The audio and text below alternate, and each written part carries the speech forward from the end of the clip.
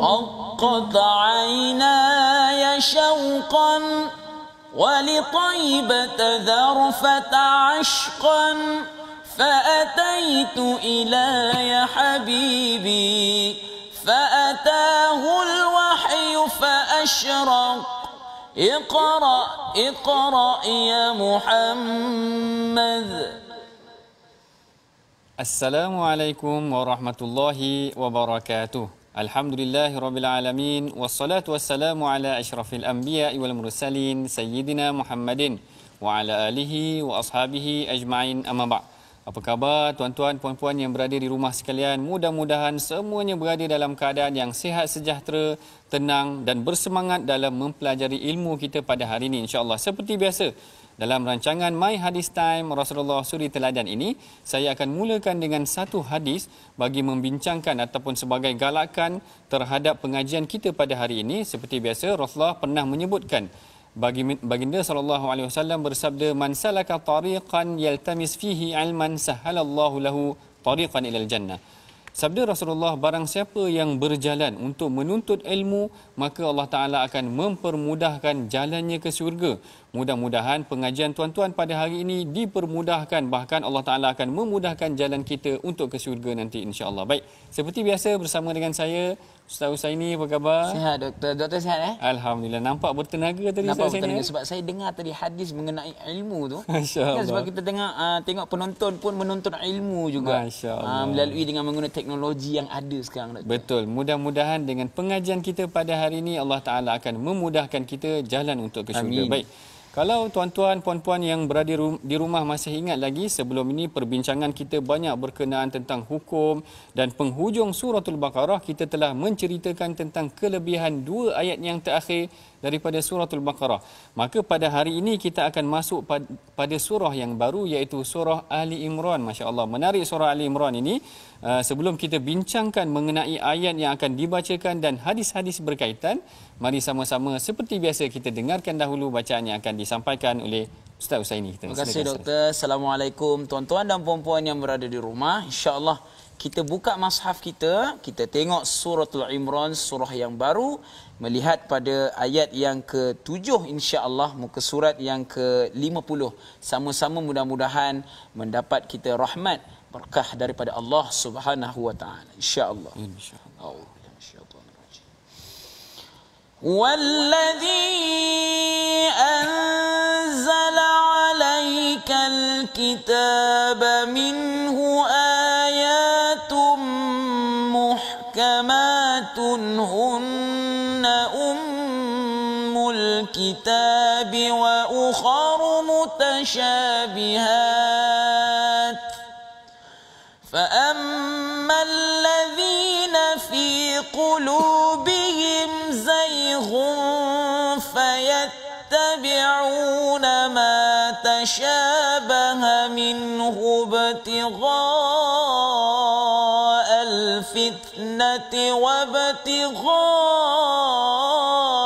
تأويله وما يعلم تأويله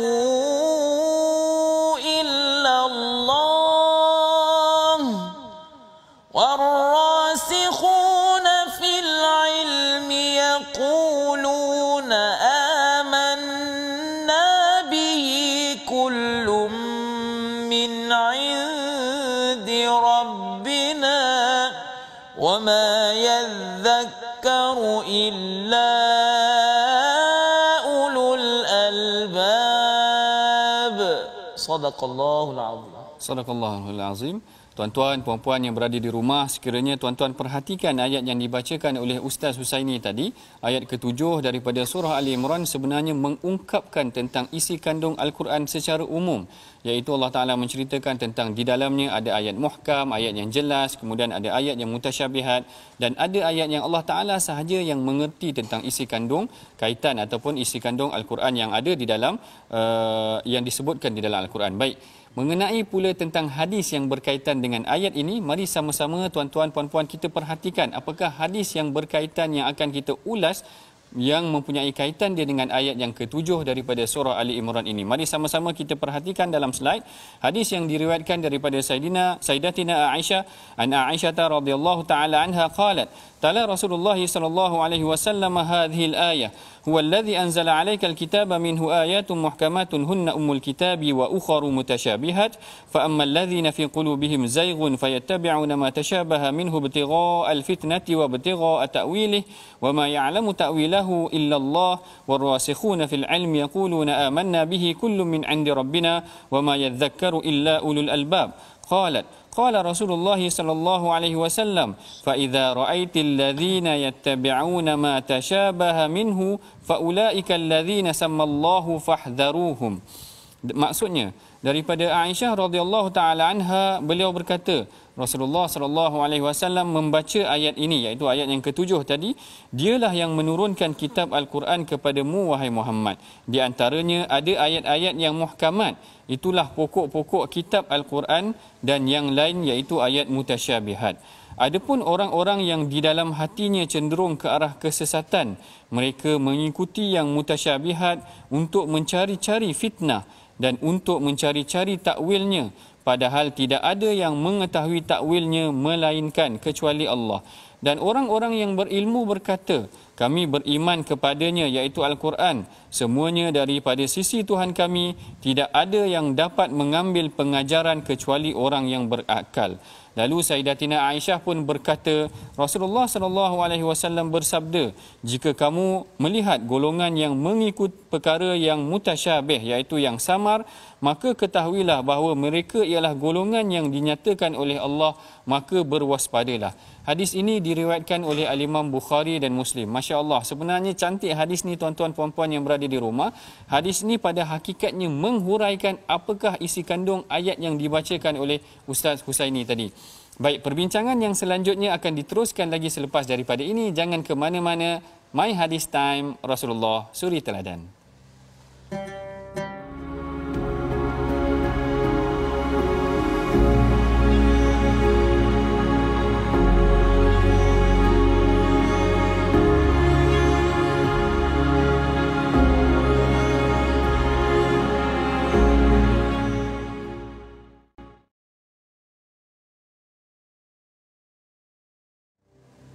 Alhamdulillah, tuan-tuan dan puan-puan, kembali kita sekali lagi dalam perbincangan topik kita pada hari ini, iaitu kita melihat apakah pesanan wahyu Allah Subhanahu Wa Taala yang diturunkan pada ayat yang ke-7 tadi dan hadis yang dibacakan oleh Dr. Sanusi sebentar tadi. Ya, Doktor, kalau kita tengok hadis yang Doktor baca tadi, setahu saya kita nak bagi tahu sedikitlah perawinya. Ya, perawinya adalah Sayyidatina Aisyah radhiyallahu anhu, isteri Nabi sallallahu alaihi wasallam. Ya, ini mungkin kita pernah bercerita tentang Sayyidatina Aisyah dan mungkin saya boleh recap balik. Tuan-tuan dan puan-puan, Sayyidatina Aisyah ini ada satu kisah di mana beliau berlumba lari bersama Nabi sallallahu alaihi wasallam. Dan ketika itu perlumbaan yang pertama dimenangi tak silap dengan Siti Aisyah. Dan seterusnya perlumbaan yang kedua dimenangi pula oleh Nabi sallallahu alaihi wasallam. Ada sedikitlah itu tentang Sayyidatina Aisyah radhiyallahu anha. Ustaz ini pernah lumba dengan isteri tak? Pernah, kebanyakan saya menang, Doktor. Oh, baguslah. Saya tak pernah lumba lagi. Tak pernah lagi, Doktor. Boleh cuba. Baik. Tokoh perawi kita pada hari ini, tuan-tuan puan-puan yang berada di rumah, adalah Sayyidatina Aisyah radhiyallahu taala anha, iaitu beliau adalah anak kepada Sayyidina Abu Bakar. Mari sama-sama kita perhatikan poin dalam slide yang telah kita sediakan mengenai Sayyidatina Aisyah, iaitu beliau adalah seorang wanita yang sangat pemurah dalam bersedekah. Ini poin yang baru yang kita sediakan. Yang keduanya, tempat rujukan, iaitu beliau menjadi tempat rujukan buat para sahabat sekiranya timbul kemusykilan. Dan yang ketiganya, beliau sendiri menyaksikan kesukaran keadaan Rasulullah ketika mana turunnya wahyu. Ketiga-tiga poin ini, kalau tuan-tuan puan-puan yang berada di rumah pernah perhatikan, ianya adalah poin-poin yang baru. Poin yang pertama, beliau adalah seorang pemurah, kerana ini diambil daripada apa yang direkodkan oleh Al-Imam Ibn Sa'ad. Al-Imam Ibn Sa'ad pernah menceritakan daripada Ummu Durrah. Dia kata, Sayyidatina Aisyah ni pernah aku bagi kepada dia beberapa ratus dirham. Maknanya orang sumbangkan dan dia diberikan beberapa ratus dirham. Tapi dia tak sempat nak tengok semua tu Ustaz Husaini, iaitu dia bagikan semua tu pada orang lain. Sehinggalah Ummu Durrah kata amma stata'ati fima anfaqta an tashtari fima anfaqtu an tashtari bidirhamin lahman taftarina alai. Ummu Durrah kata, tak boleh ke kau ambil lah beberapa dirham supaya kau boleh beli makanan untuk kau berbuka puasa. Rupanya Aisyah ketika tu sedang berpuasa, diberikan sumbangan kepada dia, dia terus agihkan kepada orang lain dan dia sendiri tak sempat untuk memikirkan diri dia sendiri. Masya-Allah, yang ni yang diceritakan oleh Al-Imam Ibn Sa'ad tentang pemurahnya Sayyidatina Aisyah. Begitu juga dalam riwayat yang lain yang diceritakan oleh Sayyidina Abu Musa Al-Asy'ari.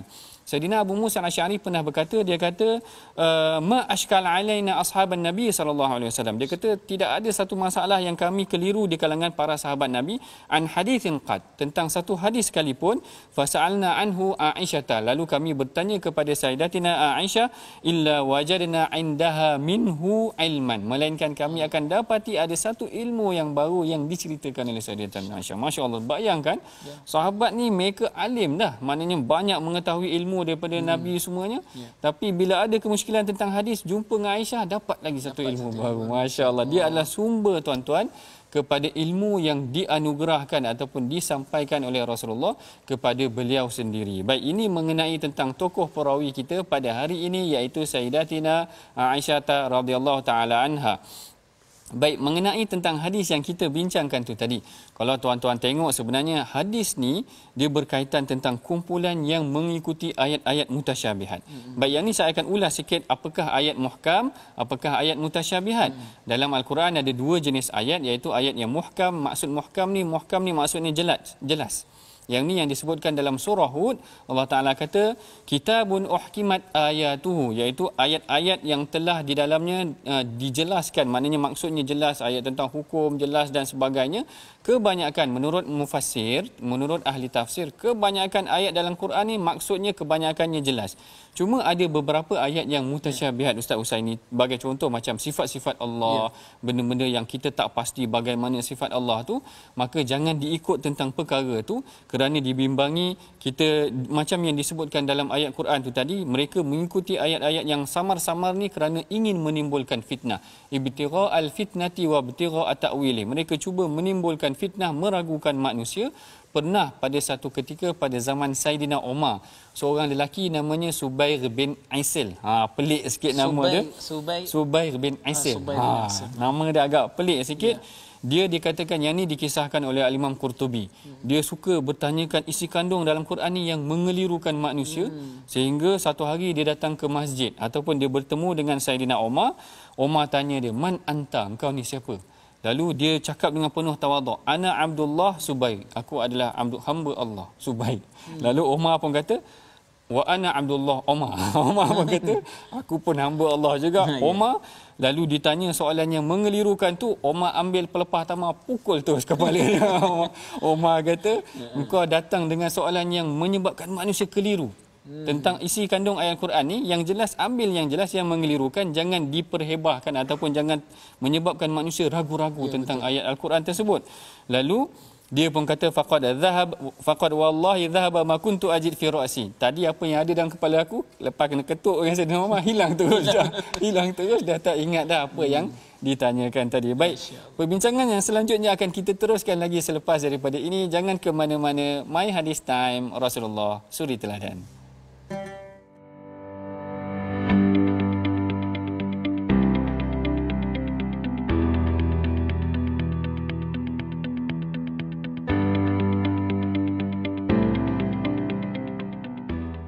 Alhamdulillah, bertemu kita lagi dalam perbincangan mengenai tentang ayat-ayat yang meragukan, yang mana Rasulullah larang kita daripada mengikuti ayat-ayat yang mungkin boleh menyebabkan manusia berasa ragu-ragu dan sebagainya. Tadi kita dah tengok bagaimana Al-Imam Qurtubi menceritakan tentang Saidina Umar, bila mana datang seorang lelaki yang suka bertanyakan soalan-soalan yang boleh menimbulkan keraguan terhadap ayat Quran, maka diketuknya kepala orang tu sehingga orang tu mendapatlah pengajaran dia, taklah dia berani ataupun taklah dia bertanya mengenai perkara tersebut. Dalam situasi semasa Ustaz Husaini, ada tak perkara-perkara yang orang sekarang ni timbulkan keraguan yang menyebabkan masyarakat rasa ragu-ragu tentang Al-Quran ke ataupun tak jelas? Dia sebenarnya kalau ini pandangan saya, orang yang bertanya tentang sesuatu ataupun ayat-ayat yang mutasyabih ni, ayat-ayat yang tidak jelas, sebenarnya mereka ini nak tahu tentang keadaan tersebut. Contoh kan ayat jannat jannat tajri min tahtihal anhar, kan, syurga pada bawahnya mengalir air sungai. Dan kita kalau mengikutkan kita punya panca indera, kita punya pemikirannya, dia melebihi langkauan pemikiran kita. Jadi orang-orang begini dia bertanya sebenarnya mungkin jelah nak tahu sebenarnya, kan. Tapi benda sebegitu sebenarnya sangat memudaratkan dan boleh menimbulkan fitnah. Ya, sedangkan takwil itu Allah dah terangkan dalam situ. Ya, wa ma ya'lamu ta'wilahu illallah. Takwil itu tidak diketahui oleh sesiapa kecuali Allah. Begitu juga dengan hadis yang doktor bacakan sebentar tadi. Masya-Allah. Hebat Ustaz Usaini bagi huraian tu dah tadi. Sebenarnya apa yang disebutkan oleh Ustaz Usaini tadi pernah dinyatakan oleh Syekh Dr. Tantawi, iaitu Syekh Al-Azhar sebelum ni, yang mana dia menyenaraikan beberapa poin yang menunjukkan ada perbahasan yang mungkin tidak jelas, yang tidak perlu kita terlalu mendalam mengenainya. Sebagai contoh, dia kata tentang bagaimana manusia dihidupkan semula. Kerana dia kata persoalan ni pernah ditanyakan oleh Quraisy, "Aiza kunna turaban inna la fi khalqin jadid?" Apakah bila aku dah mati nanti macam mana aku nak hidup semula? Ditanya soalan-soalan yang seakan-akan meragukan Al-Quran itu sendiri. Quraisy buat sebegitu kerana persoalan-persoalan tersebut akan meragukan manusia tentang Quran. Macam tu juga tentang apa yang disebutkan oleh Ustaz Usaini tadi, Dr. Syekh Tantawi menyebutkan, dia kata kaifa yakunu na'imul jannah, macam mana sifat nikmat syurga apa semua tu tidak diketahui melainkan Allah Taala. Macam tu juga tentang wama haqiqatur ruh, bagaimana pula dengan hakikat roh, kita pun tak tahu tentang hakikat roh dan sebagainya, maka tidak perlu diperbahaskan terlalu panjang. Bahkan yang paling penting adalah kita bertadabbur dengan Al-Quran dengan harapan kita mengambil pengajaran isi kandung daripada Al-Quran. Perhatikan bagaimana Rasulullah bila mana baca Al-Quran menangis dan sebagainya, itu poin lebih utama dalam kita mempelajari Al-Quran. Baik, kita telah pun hampir sampai ke penghujung rancangan. Sebelum kita mengakhiri pengajian kita, mari sama-sama kita bacakan dahulu resolusi pengajian kita pada hari ini, iaitu resolusi daripada hadis yang kita baca. Yang pertama, iaitu kita hendaklah sentiasa mengikhlaskan hati serta mensucikan jiwa, kerana kesucian jiwa akan memudahkan kefahaman kita kepada Al-Quran. Yang kedua, kita hendaklah mempelajari ilmu tafsir serta berpegang kepada penafsiran yang benar, bukan penafsiran yang tidak benar tadi. Dan yang ketiganya, memperbanyakkan sedekah seperti mana yang dilakukan oleh Sayyidatina Aisyah. Jadi ini 3 pengajaran, 3 resolusi yang kita boleh amalkan di rumah nanti insya-Allah. Baik, seperti biasa di penghujung rancangan ini saya menyeru kepada tuan-tuan, puan-puan yang berada di rumah sekalian agar marilah sama-sama kita menyumbang kepada tabung gerakan Al-Quran. Tabung yang akan kita gunakan untuk memperkasa, memperbanyakkan lagi pengajian Al-Quran dan hadis kita. Mudah-mudahan sumbangan tuan-tuan akan dirahmati dan diberkati oleh Allah.